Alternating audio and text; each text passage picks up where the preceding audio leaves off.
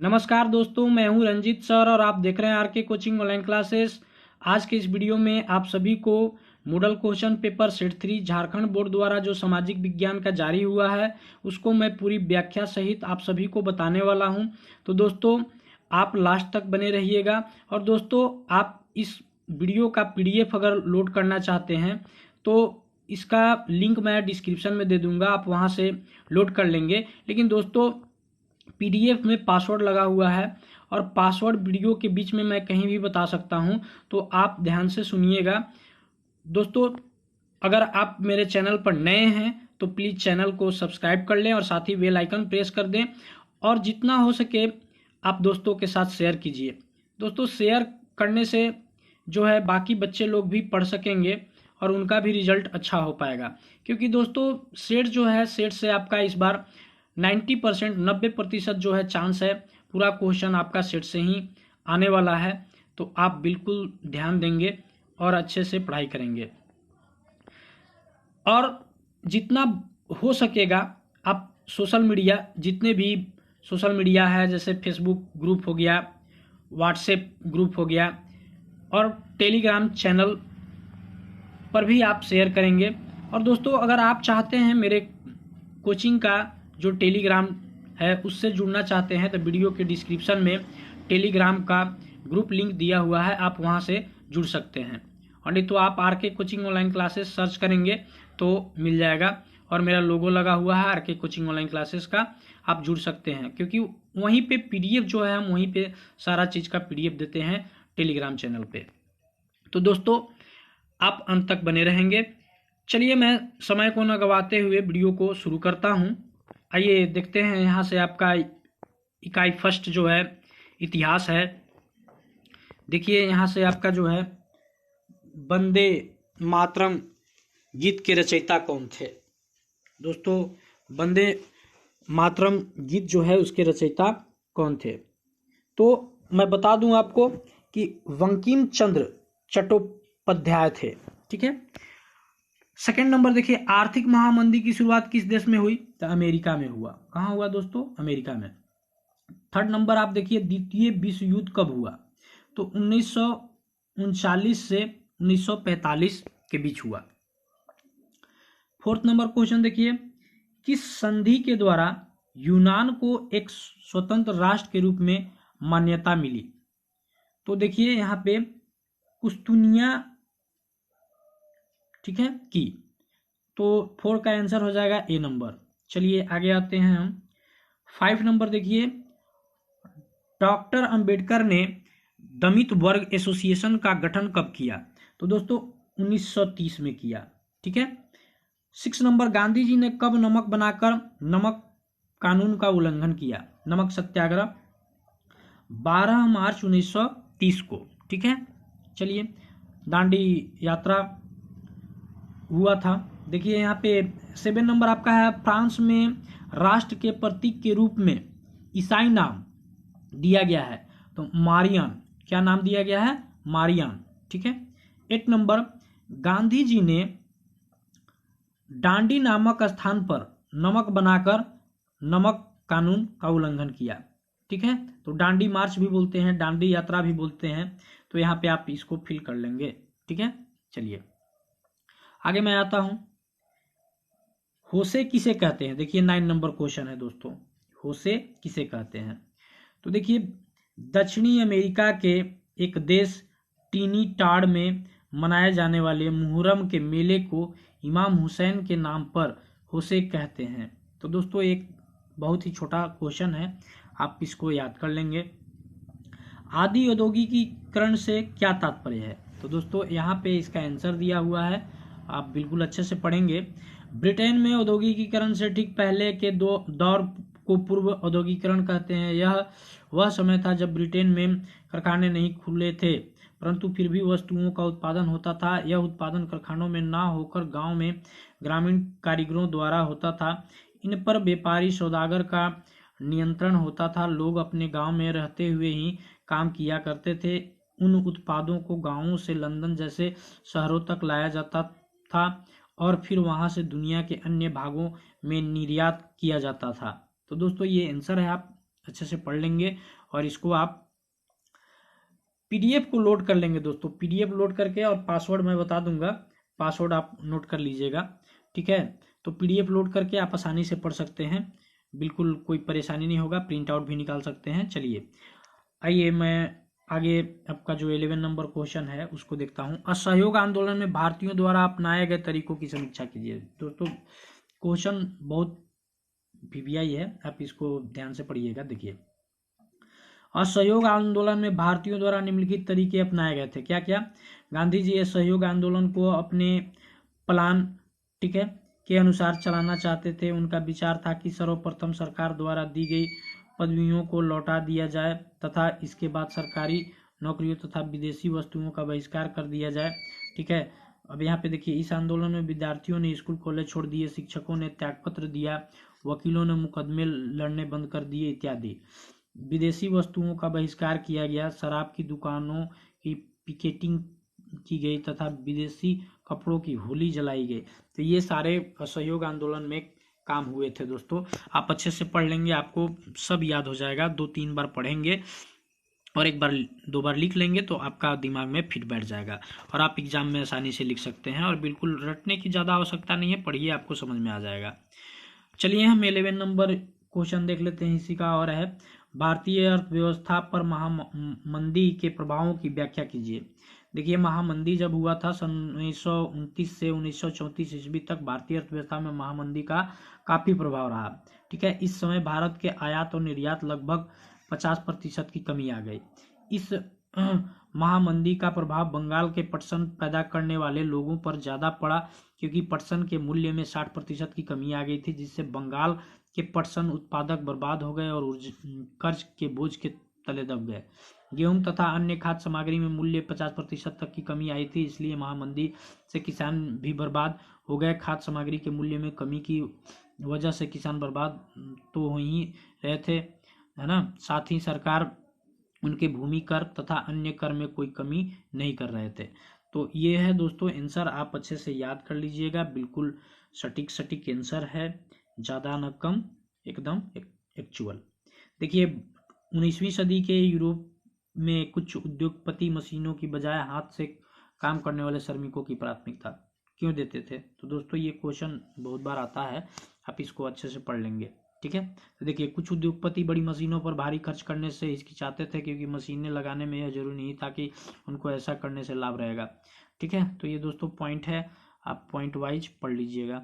चलिए मैं आगे आता हूँ और मैं इसी का क्वेश्चन देख लेता हूँ। 12 नंबर, अपने शासन वाले क्षेत्रों में शासन व्यवस्था को ज़्यादा कुशल बनाने के लिए नेपोलियन ने क्या बदलाव किए? तो नेपोलियन के बारे में भी क्वेश्चन पूछा जाता है, तो आप इसको अच्छे से पढ़ेंगे दोस्तों, ये है इसका आंसर। चलिए मैं आगे आता हूँ और यही उसका भी आंसर है, यहाँ पे देख लीजिए आप, एक जो आपका ये दिया हुआ है मानचित्र, इसमें मुंबई और अफ्रीका दर्शाना है। तो दोस्तों देखिए, अफ्रीका यहाँ पे होता है, सॉरी मुंबई यहाँ पे होता है, अफ्रीका यहाँ पे होता है। आइए आगे हम देखते हैं भूगोल का। अब यहाँ पे देखिए, आपका नवीनीकरण योग्य संसाधन नहीं है, तो जीवाश्म ईंधन, इसको फिर से वापस नहीं लाया जा सकता। एक बार जीवाश्म ईंधन खत्म होने पर वो दोबारा नहीं वापस आ सकता है, ठीक है। तो यही नवीनीकरण योग्य संसाधन नहीं है, ठीक है, ये फिर से नहीं बनाया जा सकता, एक बार खत्म होने के बाद, जलने के बाद फिर नहीं आएगा, ठीक है। भारत में प्रोजेक्ट टाइगर की शुरुआत कब हुई? 1973 में हुआ था। अब देखिए, यहाँ आपका 16 नंबर क्वेश्चन, झारखंड में स्थित कोडरमा निम्नलिखित में से किस खनिज का अग्रणी है? तो अभ्रक का, कोडरमा में अभ्रक उत्पादन किया जाता है दोस्तों। चलिए मैं आगे आता हूँ और ये क्वेश्चन आपके एग्जाम में पूछा जा सकता है, इसलिए आप ध्यान दीजिएगा। अब देखिए यहाँ पे 17 नंबर, भारत का पहला सूती वस्त्र 1854 में मुंबई में लगाया गया, सूती वस्त्र उद्योग, ठीक है, तो आप याद रखेंगे। अब आगे आते हैं हम, 2 अंक का क्वेश्चन है, यहाँ पे 40 शब्दों में उत्तर देना है आपको। अब देखिए, लौह खनिज क्या है, उदाहरण देकर बताइए। दोस्तों ये सब वीवीआई क्वेश्चन है। वे सभी प्रकार के खनिज जिनमें लौह अंश समाहित होता है लौह खनिज कहलाते हैं। लौह खनिज के उदाहरण है लौह अयस्क, मैग्नीज, क्रोमाइट, ठीक है। देखिए, अब 19 नंबर क्वेश्चन है, वन और वन्य जीवन का संरक्षण करना क्यों आवश्यक है? दोस्तों ये बहुत ही वीवीआई क्वेश्चन है, आप इसे अच्छे से पढ़ लेंगे, ठीक है। तो देखिए यहाँ पे आपको बताया गया है कि वन और वन जीवन का संरक्षण हम लिखित कारणों से करते हैं। हमें वन एवं वन्य जीव का संरक्षण इसलिए करना चाहिए क्योंकि वन देश की बहुमूल्य संपदा है। वन और वन्य जीवन हमारे पर्यावरण के संतुलन को बनाए रखता है। यह भूमि के कटाव को भी रोकती है ना। वन वन्य जीवन के संरक्षण के लिए उन्हें आश्रय प्रदान करती है। मृदा अपरदन एवं बाढ़ पर नियंत्रण करने के लिए, इमारती तथा जलाने वाली लकड़ी प्राप्त करने के लिए, फल मेवे सब्जियां तथा औषधियां प्राप्त करने के लिए, ठीक है। फल मेवे, चलिए यहाँ पे मेवे होगा, ठीक है। आइए देखते हैं प्राचीन भारत में जल संग्रहण के लिए अपनाए जाने वाले तरीकों का वर्णन कीजिए। दोस्तों ये भी वीवीआई क्वेश्चन है आपका, है ना। जल संग्रहण, जल को इकट्ठा करना। तो देखिए आप पढ़ लीजिएगा, ठीक है। ये बहुत आंसर दिया हुआ है यहाँ पे। ये आगे हम देखते हैं सीमांत सड़कों का महत्व। देखिए दोस्तों ये ऐसा क्वेश्चन पूछा जाता है, ठीक है। सीमांत सड़कों के निम्नलिखित महत्व हैं। सीमांत सड़कें देश के सीमावर्ती इलाकों में परिवहन का सबसे महत्वपूर्ण साधन है ना। एक परिवहन से जोड़ता है। सीमांत सड़कों का निर्माण सीमावर्ती क्षेत्रों में किया गया है। ये सड़कें सैनिकों तथा सीमावर्ती क्षेत्रों में निवास करने वाले लोगों के लिए महत्वपूर्ण रूप से उपयोगी है। सीमावर्ती क्षेत्र के निवासियों के कृषि, व्यापार और देश के अन्य क्षेत्रों से उनके जुड़ाव में सीमांत सड़कें महत्वपूर्ण भूमिका निभाते हैं। देखिए दुर्गम क्षेत्रों पर पहुंचने के लिए यह सड़कें महत्वपूर्ण हैं। दुर्गम मतलब बहुत जहां गाड़ी नहीं आ जा सकता है, बहुत ऐसे क्षेत्र हैं जो एकदम पिछड़ा हुआ है। ये सड़कें आर्थिक विकास में भी महत्वपूर्ण हैं, ठीक है। चलिए दोस्तों आगे आता हूँ खादर और बांगर। देखिए दोस्तों खादर और बांगर में कभी कभी अंतर पूछ लिया जाता है, ठीक है। तो ये खादर मिट्टी और बांगर मिट्टी, ठीक है। पुराने जलोढ़ को बांगर कहा जाता है, ठीक है ना। और बांगर भूमि के उस उच्च भाग को कहा जाता है जहां बाढ़ का पानी पहुंच पाता है, पानी नहीं पहुंच पाता है, ठीक है। उसको क्या बोलेंगे हम लोग, बांगर। इससे चूना कंकड़ पाए जाते हैं। तो आप देख लीजिएगा दोस्तों यहाँ पे आंसर लिखा हुआ है, ठीक है। आप पढ़ लीजिएगा। चलिए मैं आगे चलता हूँ। चलिए दोस्तों मैं आपको पासवर्ड बता देता हूँ, नोट कीजिएगा। 4321 पासवर्ड है, 4321, नोट कर लीजिएगा। अब यहाँ से आगे हम देखते हैं बाघ परियोजना के विषय में संक्षेप में वर्णन कीजिए। बाघ परियोजना, प्रोजेक्ट टाइगर। इस परियोजना का आरंभ सन 1973 में किया गया। इसका मुख्य उद्देश्य है विभिन्न राष्ट्रीय उद्यानों में बाघों का संरक्षण करना। इससे संबंधित महत्वपूर्ण राष्ट्रीय उद्यान Corbett national park, Nainital Uttarakhand, Ranthambore राष्ट्रीय उद्यान, सवाई माधोपुर राजस्थान एवं सुंदरबन चीता अभ्यारण्य पश्चिम बंगाल है। तो दोस्तों यहाँ आंसर दिया हुआ है। और आप देखेंगे ये जो आपका मानचित्र जो है लाल और पीली मिट्टी कोयला खान है। तो देखिए मैं आपको यहाँ पे बता देता हूँ कि जो लाल मिट्टी है तो उसको रेड कलर से दिखाया गया है, देखिए यहाँ पे। और पीली को, लाल और पीली को रेड कलर से दिखाया गया है, ठीक है। तो आप देख लीजिएगा ये जो क्षेत्र हैं। आइए आगे आते हैं हम। ये यहाँ पे देख रहे होंगे, इसमें जो ब्लैक किया हुआ है कोयले का क्षेत्र है, ठीक है, कोल, ठीक। आगे आता हूं मैं। अब देखिए यहाँ दिए गए भारत के मानचित्र का ध्यानपूर्वक अध्ययन कीजिए और क ख द्वारा प्रदर्शित जगहों को पहचान कर नामांकित करें। यहाँ पे देखिएगा दिया हुआ है कोलकाता, देखिए यहाँ पे है, आप देख रहे होंगे। तो मानचित्र में आप देखेंगे कोलकाता कहाँ पे है, तो देखिएगा कोलकाता यहाँ पे है। बे ऑफ बंगाल भी, बंगाल की खाड़ी इधर ही है, ठीक है। और ये देखिए गोवा है यहाँ पे। सॉफ्टवेयर टेक्नोलॉजी, ये सब आता ही है दोस्तों। सॉफ्टवेयर टेक्नोलॉजी पार्ट्स बहुत बार आता है, ठीक है। तो आप देख लीजिएगा। चलिए मैं आगे आता हूँ नागरिक शास्त्र पे। देखिए यहाँ पे आपका 24 नंबर है। निम्नलिखित में से कौन सा विषय राज्य सूची के अंतर्गत आते हैं। तो वाणिज्य क्या आता है दोस्तों, वाणिज्य, ठीक है। वाणिज्य देख लेंगे आप। इसके बाद देख लेता हूँ मैं क्वेश्चन नंबर 25।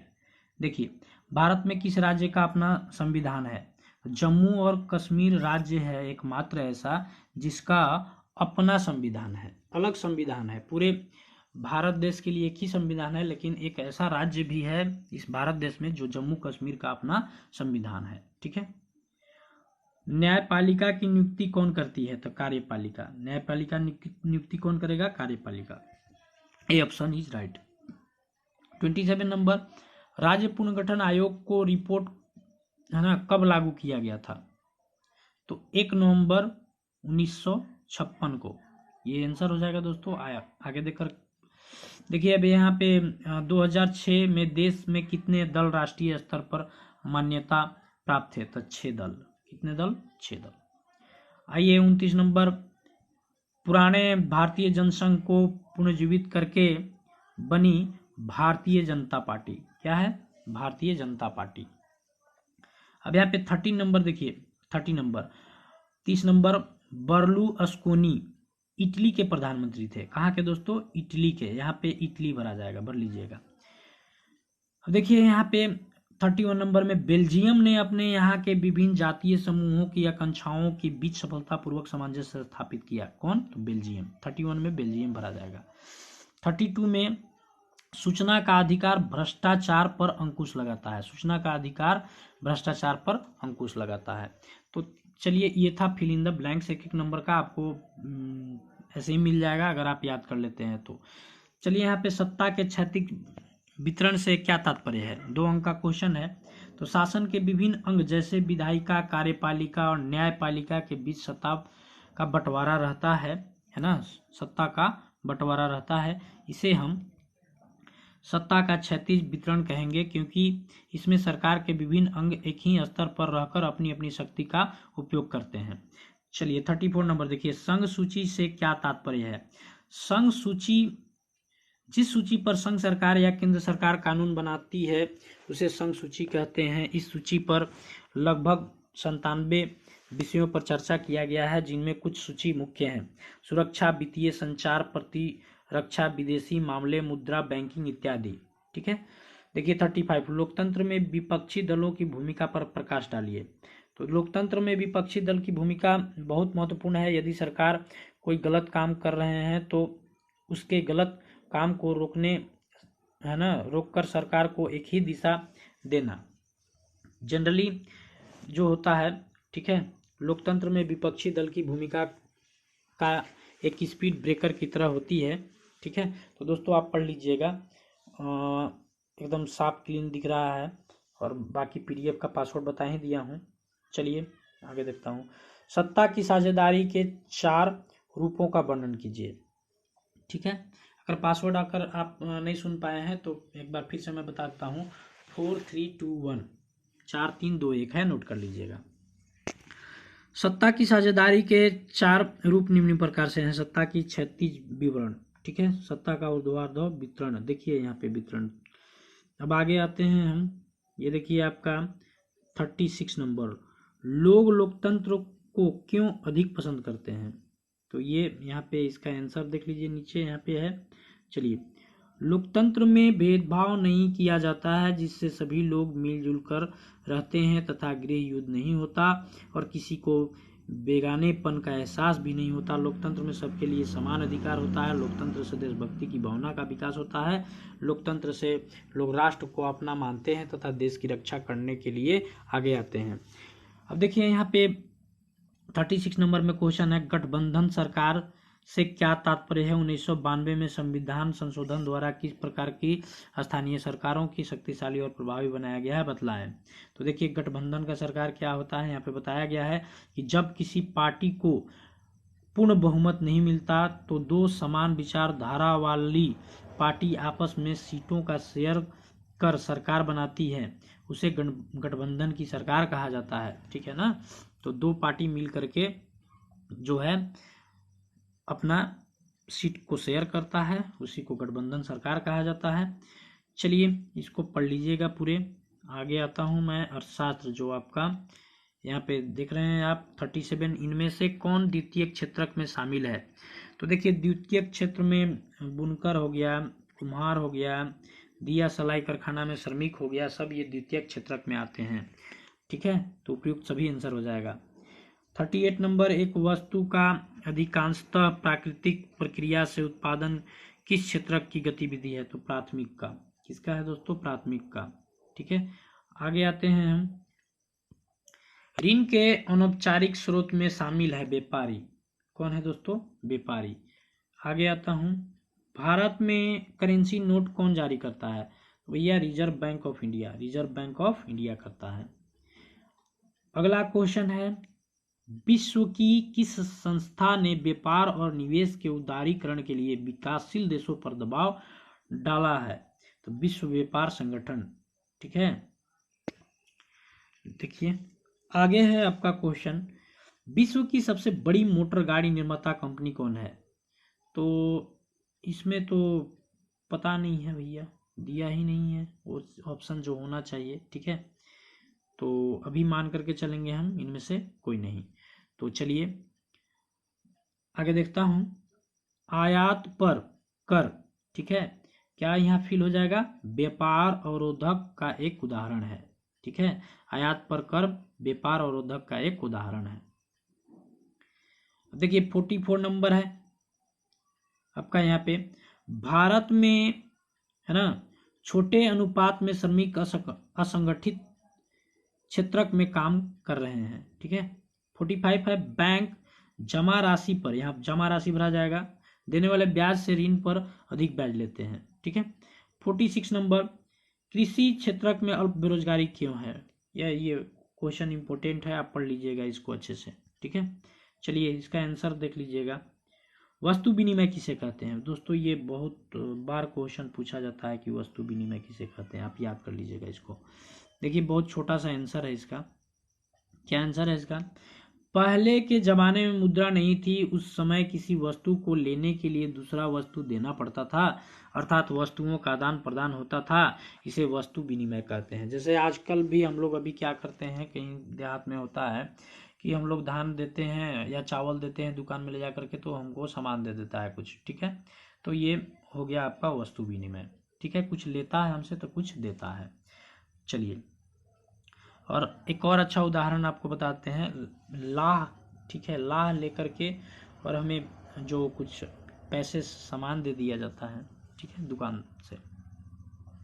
तो चलिए ये सब पढ़ लीजिएगा दोस्तों, ये सब क्वेश्चन आप देख लीजिएगा, सारे क्वेश्चन लगभग वीवीआई हैं क्योंकि एग्जाम में आते हैं। आइए हम आपको 48 नंबर क्वेश्चन दिखाते हैं, देश की अर्थव्यवस्था में बैंकों की क्या भूमिका रहती है? दोस्तों ये भी क्वेश्चन वीवीआई है। देश की अर्थव्यवस्था में बैंकों की भूमिका निम्न प्रकार से है, बैंक लोगों के खून पसीने की कमाई को अपने पास जमा करके उसे सुरक्षित रखते हैं। बैंक केवल जमाकर्ता के पैसे को सुरक्षित ही नहीं रखते बल्कि उस पर उसे उचित ब्याज भी देते हैं। बहुत से परिवार बैंक के इस ब्याज पर ही निर्भर करते हैं। बैंक अधिक पैसा वाले लोगों और कम पैसा वाले लोगों के बीच मध्यस्थता का काम करते हैं। ठीक है, बैंक अधिक पैसा वाले लोगों से जमा के रूप में पैसा लेते हैं, कम पैसा वाले लोगों को ऋण के रूप में पैसा देते हैं। बैंक किसानों को कर्ज देकर देश की पैदावार को बढ़ाते हैं। बैंक किसानों को जो ऋण देते हैं उसका ब्याज बहुत ही कम होता है। बैंक से कर्ज लेकर बहुत सारे व्यापारी अपने बिजनेस को बढ़ा रहे हैं। तो दोस्तों ये था आपका आंसर, इसका बहुत ही अच्छा आंसर यहाँ पे बताया गया है। आप इसको 2-4 बार पढ़ लेंगे, आपको समझ में आ जाएगा। देखिए 49 नंबर, दूसरे देशों में बहुराष्ट्रीय कंपनियां किस प्रकार उत्पादन और उत्पादन पर नियंत्रण स्थापित करती हैं? तो देखिए बहुराष्ट्रीय कंपनियां वो कंपनी जो एक से अधिक देशों में उत्पादन पर नियंत्रण अथवा स्वामित्व रखती है, उसे बहुराष्ट्रीय कंपनी कहते हैं। निम्न प्रकार से बहुराष्ट्रीय कंपनियां दूसरे देशों में उत्पादन पर नियंत्रण स्थापित करती हैं। यह कंपनियां उन देशों में अपने कारखाने स्थापित करती हैं जहां उन्हें सस्ता श्रम एवं अन्य साधन मिल जाएं। बहुराष्ट्रीय कंपनियां बाजार के नज़दीक अपना कारखाना स्थापित करती हैं। बहुराष्ट्रीय कंपनियां ऐसे स्थान पर अपना कारखाना लगाते हैं जहां के स्थानीय सरकार उनके हित में होते हैं। कई बार बहुराष्ट्रीय कंपनियां स्थानीय कंपनियों से मिलकर काम शुरू करते हैं ताकि उन्हें योग्य साथी मिले। कई बार बहुराष्ट्रीय कंपनियां कुछ स्थानीय कंपनियों को खरीद लेती है ताकि काम जोरों शोरों से हो। ठीक है, तो ये था दोस्तों आपका। अब देखिए यहाँ पे 49 नंबर देख लीजिएगा आप, जो और में है अथवा में है। ठीक है, तो सरकारों द्वारा अधिक विदेशी निवेश आकर्षित करने का प्रयास क्यों करती है? तो देखिए दोस्तों यहाँ पे आप आंसर इसका पढ़ लीजिएगा, देखिए आंसर पूरा लिखा हुआ है। ठीक है, तो दोस्तों अगर वीडियो आप सभी को पसंद आया होगा तो आप प्लीज़ लाइक कर देंगे और शेयर करेंगे दोस्तों, एक छोटा सा शेयर करने में क्या दिक्कत है, शेयर कर दीजिए। आप अगर शेयर कर देंगे तो किसी और बच्चे को भी हेल्प हो जाएगा, ठीक है। तो आप प्लीज़ शेयर कीजिए, और कहीं आपको अगर दिक्कत होता है तो आप कमेंट करें, हमें बताएं आपको क्या दिक्कत है, क्या आपको और सुविधा चाहिए, तो उस तरीका का मैं आपके लिए व्यवस्था करूँगा। और दोस्तों, अगर आप मेरे चैनल पर नए हैं और सब्सक्राइब नहीं किए हैं तो प्लीज़ सब्सक्राइब कर लीजिए, क्योंकि जितने भी वीडियो आएंगे, आपका सेट और भी अभी आएगा, 5 तक आएगा, तो मैं सारे सेट का हल करके आपको बताऊंगा। तो दोस्तों प्लीज़, आप अगर चैनल पर नए हैं तो सब्सक्राइब ज़रूर कर लीजिए। थैंक्स।